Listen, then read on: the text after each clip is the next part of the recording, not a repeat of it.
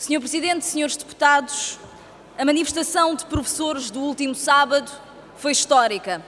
100.000 docentes vindos de todo o país percorreram as ruas de Lisboa e fizeram ouvir as suas múltiplas críticas, as suas reivindicações, as suas razões em matéria de política educativa. Não pode haver enganos nem meias palavras. Quase 2/3 de uma classe profissional mobilizou-se para contestar nas ruas uma política. Esta é uma forte, uma inequívoca moção de censura à política educativa seguida nos últimos anos pelo governo do Partido Socialista. Esta mobilização já teve efeitos. Deu a conhecer ao país o descontentamento e as razões dos docentes da escola pública. Esta mobilização já teve outros efeitos.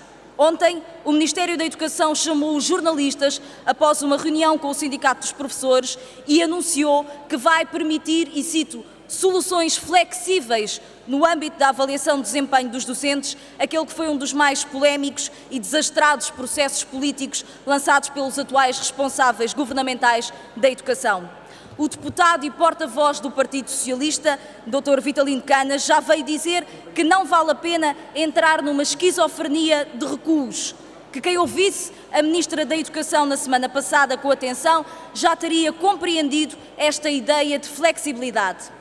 Não interessa verdadeiramente o nome deste movimento para a retaguarda que foi iniciado pelo Ministério da Educação.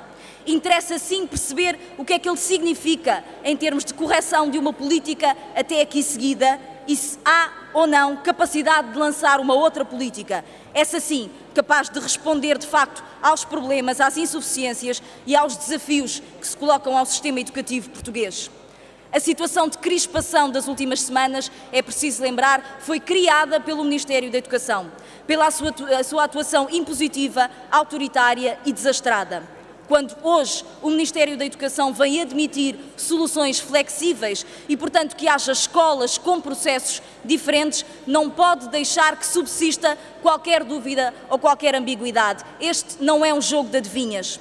Em primeiro lugar, o Ministério da Educação tem que esclarecer o que acontece à avaliação dos professores contratados, dos professores em condições de progressão na carreira ou em condições de conversão de nomeação provisória em nomeação definitiva.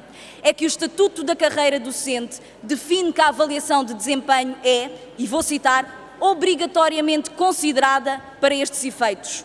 Portanto, segundo a lei criada por este Ministério da Educação, ninguém vai progredir na carreira ou vai ver renovado o seu contrato sem esta avaliação. O que vai, portanto, agora acontecer? Vai haver professores nestas condições que vão ser sujeitos à avaliação com implicação para o seu futuro e outros para os quais isto não acontece?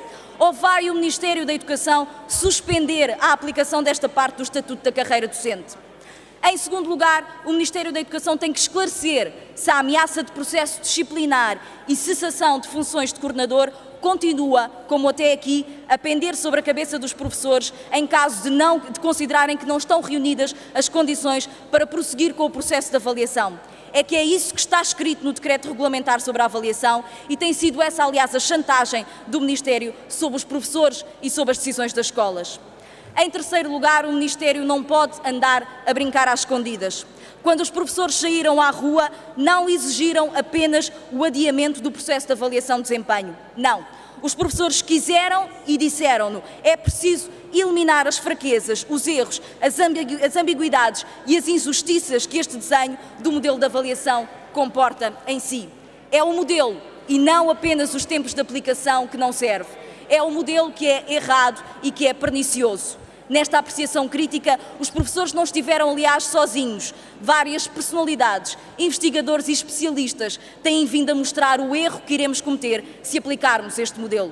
O Ministério não deve e não pode persistir no erro, quando, aliás, já o reconheceu. Não pode fingir que a avaliação prossegue, que não é suspensa nestes próximos meses, só para que a Ministra possa manter a face. Este não é um jogo de que parece que é, mas não é.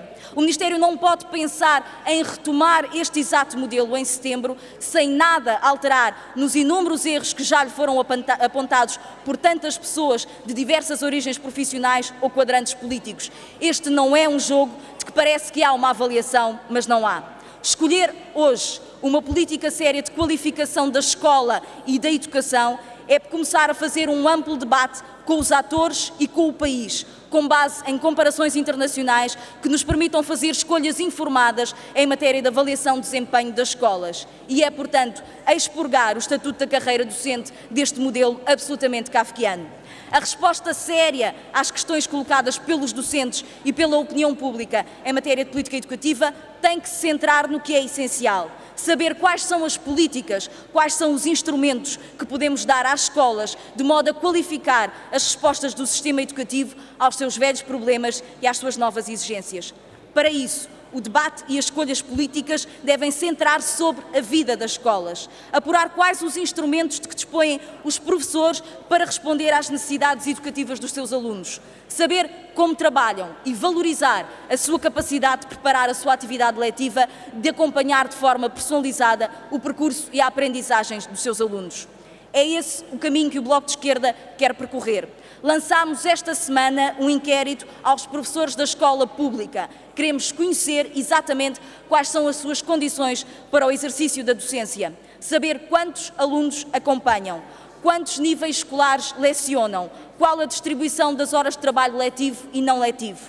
Vamos percebendo pelas respostas que já temos que são muitos os professores que têm mais de 120, 150, 160 alunos, que preparam aulas para múltiplos níveis de escolaridade e que estão absolutamente atolados em trabalho burocrático. Nestas condições, falar de acompanhamento personalizado dos alunos ou de respostas individualizadas e contextualizadas ou é enganar o país ou falar de um sonho muito distante. Mas é aqui que está a capacidade e que deve estar a resposta ao problema do abandono e do insucesso escolar.